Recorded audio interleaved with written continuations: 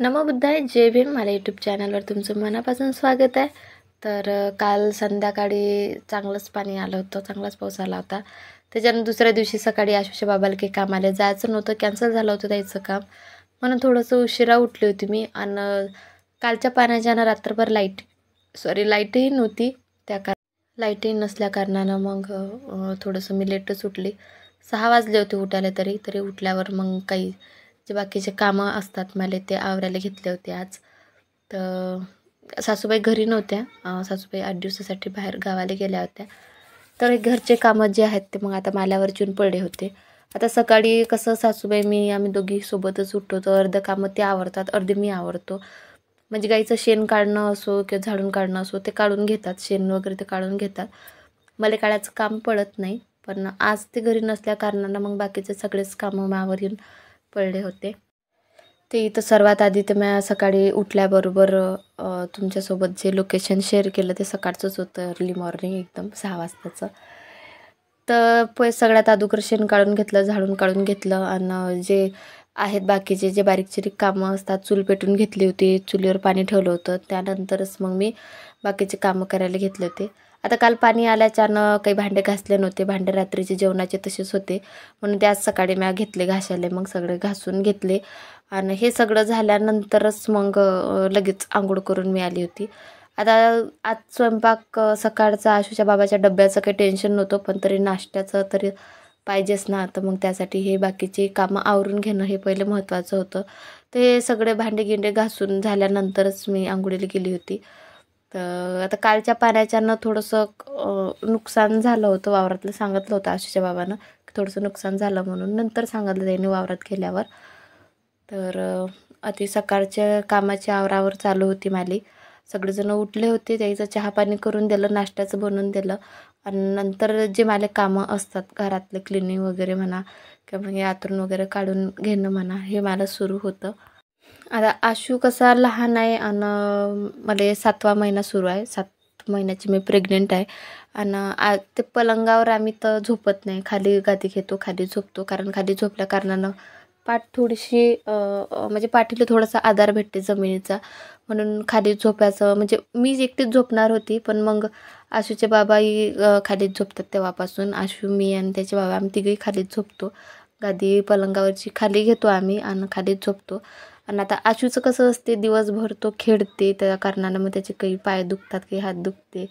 मग त्याला ऐसपैस जागा पाहिजे झोपायसाठी. तर मग त्या कारणानं आम्ही खालीच झोपतो. वर आम्ही दोघांपैकीतून कोणीच झोपत नाही, आम्ही तिघंही खालीच झोपतो. आता इथं असं आहे, आशूची पहिले आंघोळ करून दिली होती, कारण त्याला आंघोळीचं एवढी आवड आहे की म्हणजे त्याला पाण्यात खेळायला जास्त आवडते.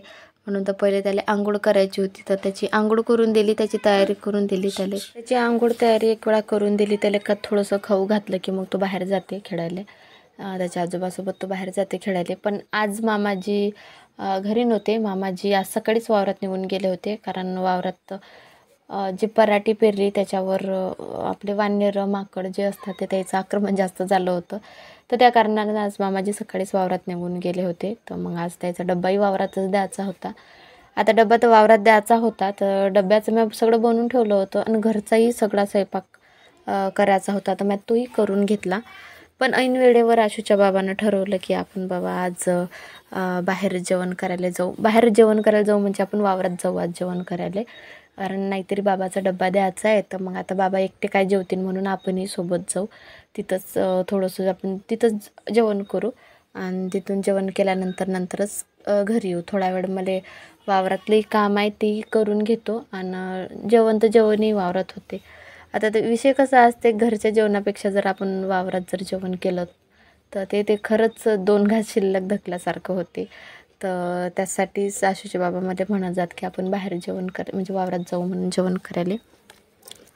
त्यासाठी मग आता त्यासाठी स्वयंपाकाची तयारी माझी सुरू होती, स्वयंपाक बनवणं सुरू होता. आता राहिला विषय यूट्यूबचा. आता यूट्यूबचा विषय जर काढला तर कसं रोजच एक टेन्शन येते मनात. तर रोजचंच एक टेन्शन आहे की होईन की नाही सक्सेस. त्या कारणानं कधी विचार येते मनात, कधी नाही येत. कधी असं वाटतं की ठीक आहे, जे होईन ते पाहून घेऊ. तर इथं आम्ही वावरात पोचलो होतो. आता ते वावरात पोचलो आम्ही तर तो व्हिडिओ मी शूट केला नाही, कारण जो भाजीचा डब्बा होता तो माझ्या हातात होता आणि गाडीहून येताना कसं भाजी सांड्याची जास्त धाक होता. त्या कारणानं मग एका हाती फोन पकडू की मग डबा पकडू की मग गाडीवर बसू, तर ते या कारणानं मग मी येतानाचा व्हिडिओ शूट केला नाही. आता हा डबा आशूचा वेगळा डबा आणला होता मी, कारण आशूला या डब्यात खायला लय आवडते. तर आशूसाठी मी याच्यात वेगळा त्याचा वेगळा टिफिन बांधून आणला होता आणि बाकीचा जो आमचा टिफिन आहे तो वेगळा आणला होता. म्हणजे भाजी फक्त डब्यात बांधून आणली होती, भाजी आणि भात, आणि बाकी जे पोळ्या आहेत ते पोळ्या म्या वेगळ्या एका कपड्यात बांधून आणल्या होत्या. तर आशूचे बाबा विहिरीवरून पाणी आणण्यासाठी गेले होते. आता मी विहिरीचं पाणी पित नाही, कारण आमच्या विहिरीचं वास्तू व्हायचं बाकी होतं. त्या कारणानं मग म्हणजे घरातल्या एका व्यक्तीनं तर विहिरीचं पाणी प्यायचं नाही असं असते. तर मग त्या कारणानं मी काही पाणी पित नाही. आता विहिरीचं वास्तू झालं, मागच्याच वर्षी विहिरीचं वास्तू झालं आमच्या, पण तरीही तेव्हापासून मी काही विहिरीचं पाणी पित नाही. तर आशिष बाबा म्हटले नको पिऊ तू थोडे दिवस, तरी नको पिऊ, थोडे दिवस नाही प्यायचं म्हणून म्हणतात. तर मग नाही प्यायचं, ठीक आहे, ज्यावेळेस आपल्याला गरज पडली त्यावेळेस आपण पिऊ विहिरीचं पाणी. पण सध्या तरी मी घरून पाणी घेऊन गेली होती. तर इथं सगळ्यात पहिले मामाजीला वाढून दिलं होतं आणि इथं आशूच्या बाबाला दिलं होतं, आशूला दिलं होतं. आता आशूचे बाबा एक सेट बसले होते, तर त्या कारणानं ते व्हिडिओ तेवढं काही शूट झालं नाही, कारण फोन थोड्याच अंतरावर ठेवला होता मॅम म्हणून. आता मला वाटलं सगळेच जण शूट झाले असतील फोनमध्ये, पण आशूचे बाबाच नाही झाले. तर अशी आमची डबा पार्टी झाली आजची वावरात, आणि खरंच एक नंबर वाटलं. म्हणजे झाडाखाली बसून सगळेजण बसले होते जेवण करायला. त्या साईड मामाजी होत्या, मामाजीजवळ आशू होता. त्याच्या आजोबाला सांगणं सुरू होतं की छान झाला म्हणून, स्वयंपाक छान आहे म्हणून, यम्मी आहे असं सांगणं सुरू होतं. तर इथं जेवण दिलं होतं सगळ्याला, सगळे जेवण करायला बसले होते. तर ही आमची वावरातली डबा पार्टी तुम्हाला कशी वाटली कमेंट करून नक्की सांगा.